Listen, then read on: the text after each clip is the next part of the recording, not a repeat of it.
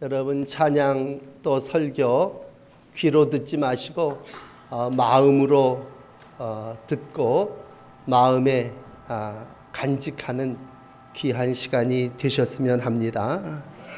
오순절 마가의 다락방에 모였던 제자들에게 하나님의 영인 성령이 충만하게 임했습니다. 이들이 개인적으로는 방언을 말하게 됐습니다. 그리고 이제 그 중에 제일 앞선 제자였던 베드로는 서서 담대하게 복음을 증거했습니다. 너희가 예수를 십자가에 못 박아 죽였지만 그분은 다시 살아나셔서 참 메시아가 되셨다. 그러니 너희가 회개하고 이 예수를 믿어 죄사함을 받으라고 담대하게 설교했습니다. 모였던 무리들이 다 은혜를 받았고 세례를 받았고 오늘 그날 세례를 받은 하나님의 자녀가 된 이들이 3,000이나 더해졌다고 성경은 큰 회개 운동의 기록을 해주시고 있습니다. 초대교회 말씀이 충만하여 입을 열어 예수 그리스도 주라고 하는 증거에 우리는 익숙한 모습입니다. 무슨 말씀이냐 하면 예수님이 그리스도십니다. 예수가 구주십니다. 이 얘기를 수천 번 들어왔다는 얘기죠. 그러므로 오늘 이 설교도 그 당시 모인 사람들에게도 그렇게 새로운 설득이 되는 말씀은 아니었습니다. 그러나 놀라운 것은 하나님이 모인 우리에게 이러한 구원을 또 이러한 은혜를 베푸셨다고 할 때에 놀라운 것은 모인 모든 사람들이 그 말을 듣고 마음이 찔렸고 회개했다고 하는 것입니다. 중요한 건 설교의 내용이 아니올시다. 오늘도 설교를 잘하기로 얘기하면 더 귀하고 더 능력 있는 그러한 설교들이 우리 가운데 선포되어집니다. 중요한 건 오늘 그 설교를 들은 사람들이 마음에 찔림이 있었다고 하는 것입니다. 마음의 찔림이라고 하는 말은 단어의 뜻이 두 가지 의미가 있습니다. 하나는 말발굽에 의해서 땅이 움푹 패였다, 그런 뜻이 됩니다. 그러니까 달리는 말이 가장 그 당시 빠른 것이었다면 그 달리는 말의 발굽으로 땅이 움푹 파였다고 하는 건 확 찔렸다는 얘기고, 또 다른 하나는 화살 같은 것이 찔러서 날라서 관통했다고 할 때에 마음의 찔림이라고 하는 말을 함께 사용했다고 하는 것입니다. 그렇다면 베드로가 설교한 설교에 많은 사람들이 마음의 찔림을 받았다. 그러니까 탁 찔리고 나서 반응이 어떻습니까? 우리가 어찌할꼬? 형제들아, 우리가 어찌해야 되느냐? 충격적이라는 얘기죠. 죄사함을 받아야 된다고 하는 말 앞에, 예수가 구주라고 하는 선포 앞에 우리가 즉각적으로 반응하는 것은 그럼 우리는 어떻게 해야 되느냐? 라고 하는 것이 그 설교를 들은 사람들의 반응이었습니다. 그대로 찔려니까 예리한 칼이 나를 찌름같이 우리의 모든 모습이 벌거벗은 것 같이 그대로 드러나면서 우리 어떻게 해야 되지? 답변 요구하고 있습니다. 이에 대하여 사도 베드로는 분명하고 확신 있는 말씀을 전하고 있습니다. 너희들 회개해야 된다. 너희들 죄사함을 얻기 위해서 각각 세례를 받아야 된다. 결국 두 가지였습니다. 어찌할꼬? 그러는 사람들 앞에 회개하라. 그 다음에 세례를 받으라. 그런 말씀입니다. 여러분, 오늘 교회를 처음 다니신 분은 우리 예배 중에 한 분도 안 계시네요. 그러나 다시 한번, 전에는 이 설교를 듣기 전에는 모든 사람들의 심령 상태를 사도행전 2장 앞부분에 6절이라든지 12절에 보면 다 놀라 기이 여겼다. 또 어떤 사람들은요, 저 사람들이 왜 저래? 세술에 취했나? 그렇게 평가했습니다. 그러나 베드로의 설교를 듣고 나서 이들은 마음이 찔렸다. 오늘 아침 여러분들에게 이 마음의 찔림이라고 하는 말을 수없이 반복해 드릴 텐데, 마음의 찔림을 받았다간, 말이 나를 밟고 지나가는 것처럼 움푹 패였다는 얘기죠. 그럼 어떻게 당황하고 조롱하고 세술에 취했다는 사람들이 이렇게 한 번에 회개하고 마음의 찔림을 받을 수 있겠는가? 여러분, 이제 뒤에도 나옵니다만 사도행전 6장을 읽어보시면 스데반이라고 하는 집사가 설교를 하게 됩니다. 이 스데반도요, 은혜와 권능이 충만하고 지혜와 성령이 충만하여 그 당대에 스데반을 당해낼 사람이 없었습니다. 설교로 얘기하면 무식한 베드로보다는 스데반의 설교가 훨씬 더 구약을 조목조목 잘 요약하고 잘한 설교였습니다. 그리고 내용도 훨씬 길고 6장에 가서 이제 말씀을 드리겠지만 더 완벽한 설교였습니다. 그러니까 그것들 청중들이 다 그 설교를 받았습니다. 역시 마음에 찔림을 받았습니다. 그런데 이어지는 7장 54절은 저희가 이 말을 듣고 마음에 찔려 저를 향하여 이를 갈거늘 그렇게 기록하고 있습니다. 베드로의 설교를 듣고는요, 마음에 찔려 어찌할꼬 그랬는데, 스데반의 설교를 듣고는 마음에 찔려 저를 향하여 이를 갈았다 그런 얘기입니다. 똑같은 분량으로 요즘 설교학을 분석하는 사람들이 갖다 놓고 베드로 설교, 스데반 설교를 저울질한다면, 베드로 설교가 3,000명이 회개했다면 양적으로는 스데반 설교는 5,000명 정도가 회개해야 된다. 그런데 베드로 설교에는 사람들이 마음에 찔림을 받은 반면에 스데반의 설교는 이를 갈고 돌을 던져 죽여버렸다는 얘기입니다. 물론 이보다 앞서 예수님은 시대를 평가할 때에 피리를 불어도 춤추지 않고 우리가 애곡하여도 너희가 슬퍼하지 않는다고 예수님의 설교에도 호응도가, 반응이 영 꽝이었다고 표현하고 있습니다. 오늘 여러분 서두에 이 말씀을 드리는 건 설교의 내용이 아니라 오늘 그 설교를 받아들이는 청중 내지는 그 모여있는 무리들의 마음이란 마음. 죄를 지적할 때 어떤 사람은 똑같은 자리에 있었지만 그 죄를 딱 지적할 때 마음을 팍 열고 그럼 나 어떻게 해야 되지? 이러는 반면에 어떤 사람은 마음의 찔림을 감추기 위해서 이를 갈면서 돌을 던져갖고 죽여버린다, 이런 말씀입니다. 오늘 주께서 말씀을 듣는 심령들의 눈을 밝히고 그 영혼을 일으키시며 오늘 성령 안에 강건할 때에 오늘 말씀 속에 하나님의 성령이 역사해서 마음의 찔림을 받는 성도들이 이 예배에 참여하신 여러분들이 되시기를 축원합니다.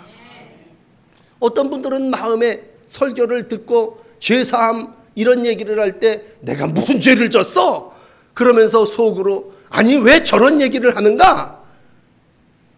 이를 가지는 않지만 마음을 꼭꼭 걸어 잠그는 분들이 계실 겁니다. 우리가 마음을 연다고 하는 성령의 간섭과 다스리심을 받아들이는 것입니다. 오늘 이 예배에 오게 하신 것도, 이 시대에 사도행전을 읽게 하시는 것도, 아니 오늘 적어도 회개에 대한 설교를 듣게 하시는 것도, 아니 2013년에 우리 감리교회가 하디 1903년 그 회개를 기념하며 온 성도와 시대가 회개를 선포하게 하는 것도 하나님의 섭리요 하나님의 역사인 줄을 믿으시기를 바랍니다. 지금 이 시간에 온 방방곡곡에 예배가 드려집니다. 서두에도 말씀을 드렸지만 더 좋은 설교를 하는 이들도 있을 거고, 더 좋은 성가대가 아주 멋진 환경과 쾌락한 조건을 가지고 적어도 넓은 주차장에서 모든 이들을 반갑게 맞아들이는 교회도 있을 것입니다. 그러나 여러분 물읍시다. 큰 교회가 성령 충만합니까? 좋은 설교가 성령 충만합니까? 주차장이 넓으면 성령이 충만하다고 합니까? 그런 게 아닙니다. 내 마음이 하나님의 영을 받아들이면 그 마음이 성령 충만한 거죠. 중요한 건 마음입니다. 그러므로 은혜를 사모하는 마음, 기쁨과 감사하는 마음, 하나님이 이 시간에도 내 마음을 만지신다고 하는 마음으로 마음 문을 열고 믿고 이 설교를 듣고 오늘 회개하자고 할 때에 새로운 감동이 여러분들의 마음에 있어지시기를 바랍니다. 베드로는 똑같은 설교를 하면서 두 가지를 제시했습니다. 그 하나는 회개하라고 하는 것입니다. 또 하나는 세례를 받으라고 하는 얘기입니다. 그러면 죄사함이 이루어질 거라고 하는 것이죠. 여러분, 회개 우리가 수없이 들어왔던 얘기입니다. 뜻을 또 정리해 드릴까요? 첫째는 길 바꾸다, 가던 방향을 돌이키다, 그런 뜻이랍니다. 둘째로는 움켜쥐고 있던 걸 다 놔버린다, 그런 뜻이랍니다. 그러니까 회개는 가던 방향을 되돌이켜 내가 잘못된 방향으로 갔네, 그리고 제 갈 길 제 방향으로 가는 것이고, 내가 그동안 소유하고 최고인 줄 알고 움켜쥐고 가슴과 중심에 또 내 인생 속에 모셔드렸던 것들을 다 배설물과 같이 놔버리는 거죠. 그래서 헬라어로 회개라고 하는 말은 마음 방향이 바뀌다, 그런 뜻입니다. 그러니까 하나 바꿔주셔야 할 건요, 여러분들이 무슨 큰 일을 만나셔갖고 아주 그냥 기도실에 들어가서 방송 대곡하고 시컷 울고 나서 좀 후련한 것 같으니까 나 회개했어, 그런 것은 아니시죠. 회개라고 하는 건 행동인데 방향을 바꾸는 것, 내가 가던 길이 잘못됐더니 이 길에서 내가 돌아서야 되겠다, 그런 얘기죠. 내가 지금 세상을 향해서 가고 있다면, 내가 지금 출세와 어떤 목적을 향해서 가고 있다면, 그 길이 정말 바른 길인가 회개하고 다시 한번 돌이켜 하나님이 원하시는 의의 길, 바른 길로 가는 것이죠. 그러므로 회개라고 하는 말을 여러분들이 정리했다면 그건 울고 나서 후련해서 씻어내는 게 아니고, 물론 시편 65편에 보시면 나 죄짓고 왔습니다, 주여 우리를 용서해 주시옵소서, 우리가 방성하고 울고 하나님 앞에 기도하면 주님이 보혈로 우리의 모든 시인하는 죄를 용서해 주시면 틀림이 없죠.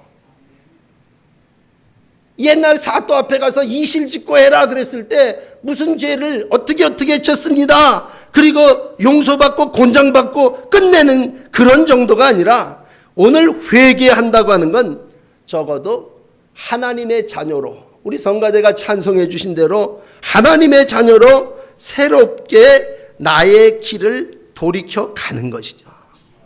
진흙탕 길로 가다가 이 길이 길이 아니네, 돌이켜서 새로 옷을 갈아입고 하나님의 자녀로, 하나님이 우리 가운데 가르쳐 주신 진리로, 길로 돌아서는 거죠.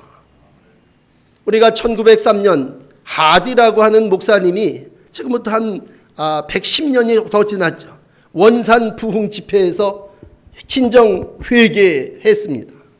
선교사 모임에 가서 지금까지 자신이 선교 사역이 그리스도 안에서 행해진 것이 아니고 자신이 성령 충만하지 못했음을 깨닫고 여러 선교사들이 모여있고 몇몇 조선 사람들이 모여있는 자리에서 공개적으로 자기의 잘못을 내놨습니다.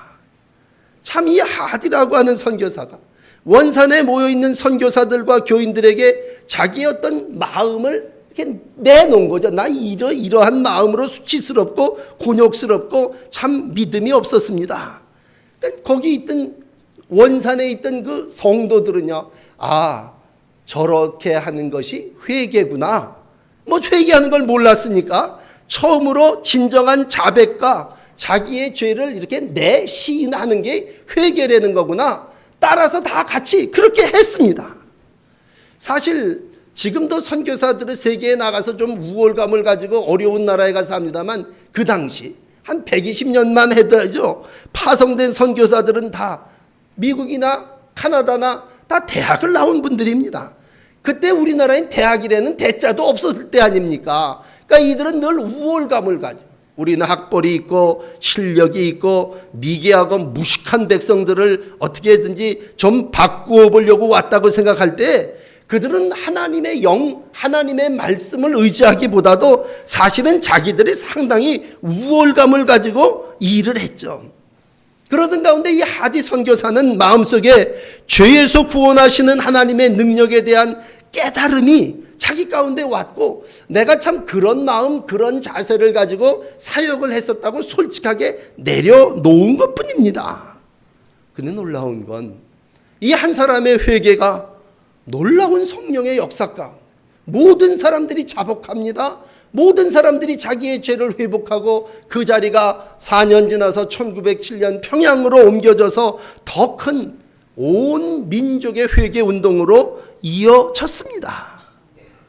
그러니까 회개라고 하는 건 내 마음이 하나님의 방향, 하나님의 뜻에서 벗어났다고 하는 것을 솔직히 시인하고 내려놓는 것이고, 거기에 하나님의 영이 도우시는 성령이 역사하신 것이죠. 두 번째는 세례를 받으라고 하는 것이었습니다. 세례가 뭡니까? 여기 세례 안 받으신 분 거의 없으실 텐데, 세례는 말 그대로 예수 그리스도와 연합하는 겁니다. 전에는 내가 예수의 사람이 아니었지만 이제는 내가 예수를 구주로 영접하고 내 주인으로 예수님을 모시고 살겠습니다. 나의 삶의 주인은 예수님이십니다. 그렇게 시인하는 표시죠. 회개한 사람이 세례를 받는다고 하는 건 증표입니다. 그건 내가 하나님의 백성 그리스도와 연합한 자가 된다고 하는 표현입니다. 그렇다면 우리가 다 세례를 받아 예수 그리스도와 연합한 새로운 삶을 살았다면 오늘 우리는 당연히 이 땅에서 나는 하나님과 함께 살고 싶습니다. 하나님을 내 마음의 문을 열고 두드시는 그분을 내가 영접 받아들입니다. 그랬을 때 우리는 내 안에 주님이 내 안에 접붙임을 받아 하나님의 자녀가 되는 표죠. 그렇다면 주님이 내 안에 오늘도 거하십니다. 오늘도 영원한 생명의 진리이신 예수 그리스도가 내 안에 계십니다. 그런데 문제는 뭡니까? 세례받은 이가 사는데 움켜쥐는 건 예수가 아니고 중심에 계신 예수가 아니고, 예를 들어서 물질이라고 한다면 오늘 주님은 우리 백성들에게 말씀하는 거죠. 너희 하나님의 자녀가 되기를 원하는 이들이여 세례를 받았으니 죄사함을 얻어라 그러니, 그건 너희들의 움켜쥐고 있던 모든 것들을 다 회개함으로 내려놓으라고 하는 것이죠. 그럴 때 하나님의 진정한 성령의 역사가 우리를 다스리시고 만져주신다고 하는 것입니다.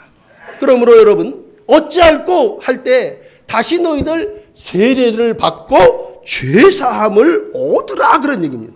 그러니까 죄사함은 하나님께서 우리에게 주시는 선물입니다. 오늘 영적인 가르침을 여러분들에게 전하며 요한일서 1장 8절은 얘기합니다. 만일 우리가 죄 없다고 하면 우리를 속이는 거다. 그러나 만일 우리가 우리의 죄를 자백하면 그는 미쁘시고 의로우사 우리의 죄를 사하시며 우리를 모든 불의에서 깨끗하게 하실 것이다. 그러므로 너희가 회개하고 돌이켜 죄 없이 함을 받으라. 이리하면 새롭게 되는 날이 주 앞으로부터 너희에게 이를 것이다 말씀하고 있습니다. 분명한 것은 오늘 마지막 40절이 얘기하는 이 세대는 패역한 세대입니다. 패역하다고 하는 말이 이 시대를 한마디로 표현한다면 오늘 이 세상은 악한 세대란 말씀입니다. 그렇다면 이 세상 속에 살면서 죄 없는 사람 없을 것이고 죄 안 짓는 사람 더욱 없을 거라는 얘기죠. 그런데 문제는 뭐예요? 우리의 마음이 찔림을 받고도 아무런 반응과 피리를 불어도 춤추지 않고 애곡하여도 가슴 칠 줄 모르는 예수님 당시의 사람들처럼 하고 있다고 하는 것이죠. 그러므로 이러한 이들에게 베드로는, 스데반은, 이 시대의 모든 전도자들은 그러니 너희가 너희 스스로 구원함을 받을 수 없음을 알고 예수 그리스도를 보내주신 것이고, 이 예수 그리스도, 그의 모든 공로를 힘입어 죄사함을 얻으라고 설교한 것뿐입니다. 여러분, 새로운 소식이 아니라는 얘기예요. 그저 너희 모든 예수의 십자가의 공로를 힘입어 죄사함을 얻으십시오. 그렇게 베드로가 설교했을 때 오늘 모인 무리들은 그 설교에 마음의 찔림을 받았다고 하는 것입니다. 여러분, 우리가 구약을 잠깐 살펴보면요, 유다 백성들이 느부갓네살 왕에게 패하고 포로 70년 생활을 하게 됩니다. 원인이 뭔지 아십니까? 원인은 하나님을 거역하고 배교하고 우상 숭배한 겁니다. 그럼 더 근본으로 들어가서 오늘 본문 중에 한 단어를 찾아본다면 그건 뭡니까? 약속을 어긴 겁니다. 왜 죄악 가운데 70년 포로 생활을 했나요? 약속을 깨뜨렸기 때문입니다. 서로 사랑하고 계명을 주며 이렇게 살라고 말씀하셨음에도 불구하고, 호세아 선지자 같은 경우는 그러한 하나님과 인간과의 관계를 부부관계로 이렇게 설명했음에도 불구하고 이스라엘은 그 사람, 그 남편을 저버리고 가출하고 가서 방탕하고 타락한, 오늘 패역한 삶을 살았다는 것이다. 이것이 우상숭배임. 우상숭배라는 건 눈을 마주치고 눈에 뜨이는 대로 살았다는, 말씀을 거부하고 진리를 거절하고 눈에 보이는 우상을 따라서 살아나갔다는 얘기죠. 그래서 그들은 70년 동안 죄의 올무로 포로 생활을 했지 않습니까? 오늘 우리가 다시 한번 회개와 죄사함에 대한 설교를 들을 때 내가 하나님의 백성으로서 나는 회개도 전에 수없이 많이 했고요, 세례도 다 받았습니다. 그렇다면 나는 죄사함 받은 겁니까? 오늘 베드로가 그러한 사람들을 향하여 또 설교하는 것은 회개와 죄사함은 바로 너가 지금 어떠한 변화된 삶을 살고 있느냐라고 하는 것입니다. 네가 지금 하나님의 말씀을 들음에 180도로 바뀌어지고 돌이킨 성도의 삶을 살고 있느냐라고 하는 것을 물으시는 겁니다. 여러분, 우리가 지난 주일 연합속회를 드렸습니다. 연합속회 성경 공부를 제가 하면서 많은 분들이 같이 참석하셨습니다만, 성경 공부를 하면서 한 영혼을 전도하는 일을 이야기하는 가운데 어떤 분이 그런 말씀을 했습니다. 과연 우리 어머니가 돌아가실 때가 됐는데 우리 어머님이 천국에 갈 수 있을까? 그게 지금 대단히 고민이 되고 걱정이 된다고 하는 것입니다. 솔직한 나의 고백이기도 하죠. 이 자리에 말씀을 듣는 여러분 한 분 중에도 과연 내가 지금 예배당 나가다가 죽으면 나 천국 갈 수 있을까? 이건 목사한테 물어보기도 그렇고 나 스스로가 해결해야 될 문제이긴 하지만, 이거 과연 내가 정말 예배당 나가서 무슨 일을 만날지도 모르는 인생인데 과연 내가 세례는 받았지, 교회 안에서 직분 받은 지도 수삼 년 됐지, 그럼 내가 과연 하나님의 자녀로서 천국에 갈 수 있을까? 나 스스로가 나한테도 물으며 또 내가 또 모시고 있는 부모님에 대한 내 간절한 모습이기도 하죠. 여러분, 오늘 회개에 대한 설교를 들으면서 분명한 것은요, 제가 제 얘기를 하는 것보다 J.C. 라일이라고 하는 아주 스펄전 목사님과 함께 19세기 영국 청교도 역사를 이끈 목사님 설교를 잠깐 제가 인용을 해드릴게요. 이 시대에 영국 교회의 모든 사람들 다 교인 아니었습니까? 국교였으니까 모든 사람이 세례받고 교회에 등록했습니다.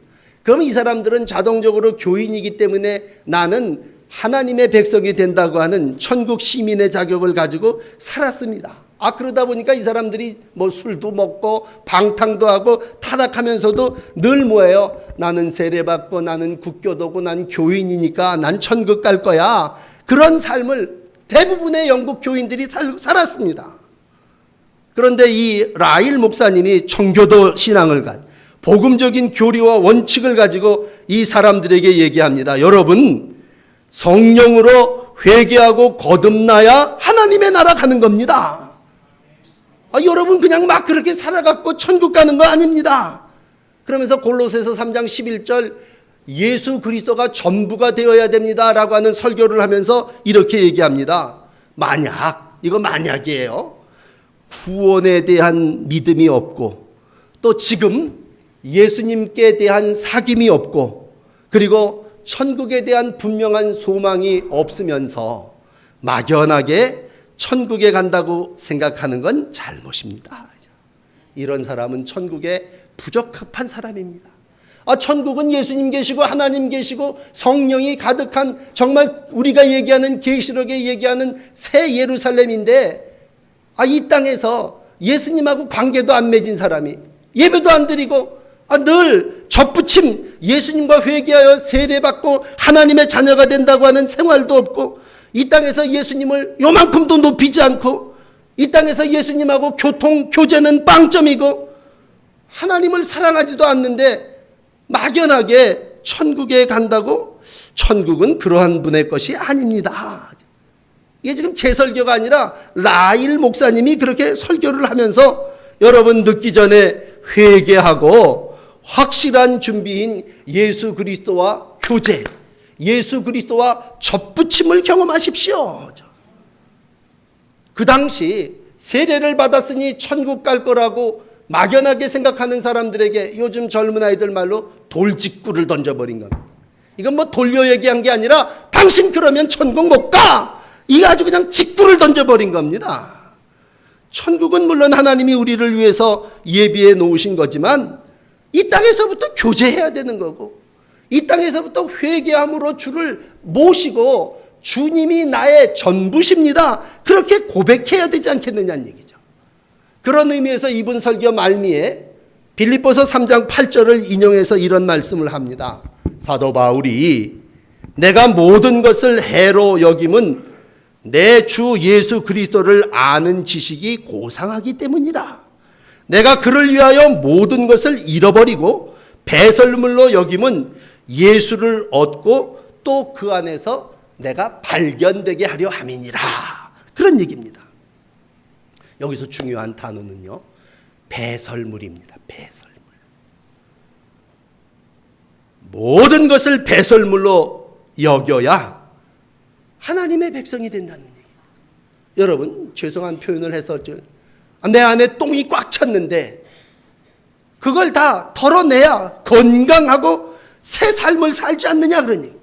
그러므로 전에 내가 유익하고 간직하고 움켜졌던 모든 것들을 다 내려놓고 버려야 천국이 나의 것이 되고 하나님의 나라가 하나님의 백성으로서 소망 가운데 이루어지는 내 집이 된다고 하는 것입니다. 그러므로 여러분에게 오늘 정말 아주 간절한 마음으로 당부합니다. 여러분, 회개가 죄 지은 아무개만 해야 된다고 생각하지 마시기를 바랍니다. 오늘 설교의 제목은 너희가 회개하여입니다. 너희가. 이 자리에 모인 저를 포함한 모든 사람이 다 너희가 회개하여 그 다음에 뭡니까? 각각 세례를 받는 겁니다. 대표로 우리 집에서 누구만 교회에 나가서 하나님과 접하고 세례받고 사는 게 아니라 각각 모든 사람들. 그러므로 오늘 이 설교를 들으시면서 여러분이 하셔야 될 건 두 가지입니다. 하나는 회개요, 하나는 세례입니다. 세례를 안 받으신 분이 무슨 내가 좀 더 알고 연구하고 그딴 소리 하지 마시고 오늘 여러분들 마음속에 정말 내가 그리스도와 연합하기를 원하신다면 당장 세례를 요청하셔야 됩니다. 왜? 우린 내일 어떻게 될지 모르기 때문입니다. 우리가 반드시 천국에 가야 한다면 확실한 증거는 예수와 연합하기 위해서 내 배설물을 버리는 회개와 그리스도를 모셔드리는 영접하는 교제가 우리 가운데 있어야 한다고 하는 것입니다. 여러분, 예수님의 설교는 절대로 어려운 것이 아니었습니다. 세례 요한도 예수님도 뭐라고 말씀하셨습니까? 회개하라, 천국이 가까이 왔느니라. 더 이상 뭐 필요합니까? 회개하고 천국을 내 안에 모시어 살라고 하는 겁니다. 어떻게 보면요, 세례 요한과 예수님이 천국이 가까웠느니라, 회개하고 천국을 받아들이라고 하는 말이 진짜 돌직구죠. 예수님은 이걸 좀 더 점잖게 복으로 표현할 때 마태복음 5장 3절은 이렇게 표현하죠. 심령이 가난한 자는 복이 있나니 천국이 저희 것임이요. 심령이 가난한 사람이 누굽니까? 회개한 사람이죠. 이 안에 똥과 죄가 가득한 사람이 무슨 심령이 가난한 사람입니까? 심령이 가난한 사람은요, 다 회개하여 돌이켜 방향을 제자리에 잡은 거요, 움켜졌던 모든 것들을 다 내버린 사람입니다. 그러므로 이 아침 사랑하는 형제 자매 여러분들이요, 이 땅에서 주님을 바라보지 않고 딴짓하다가 난 천국은 가야겠습니다, 그런 착각일랑 버리십시오. 주님을 바라보지 않고 딴 길로 가면 그 길은 지옥이지 그 길이 왜 천국입니까? 회개라고 하는 건 내가 주님을 바라보지 않고 갔던 방향에서 돌이켜 주의 방향을 향해서 가며 오늘 내 안에 필요 없는 모든 배설물들을 다 버리고 내가 움켜쥐고 최고라고 생각했던 모든 것들을 버리고 예수 그리스도와 연합하며 하나님의 나라에 이른 복된 길입니다. 이 예배에 참여하신 모든 분이 이 패역한 세대에서 구원을 받으시기를 주의 이름으로 축원합니다. 기도하겠습니다.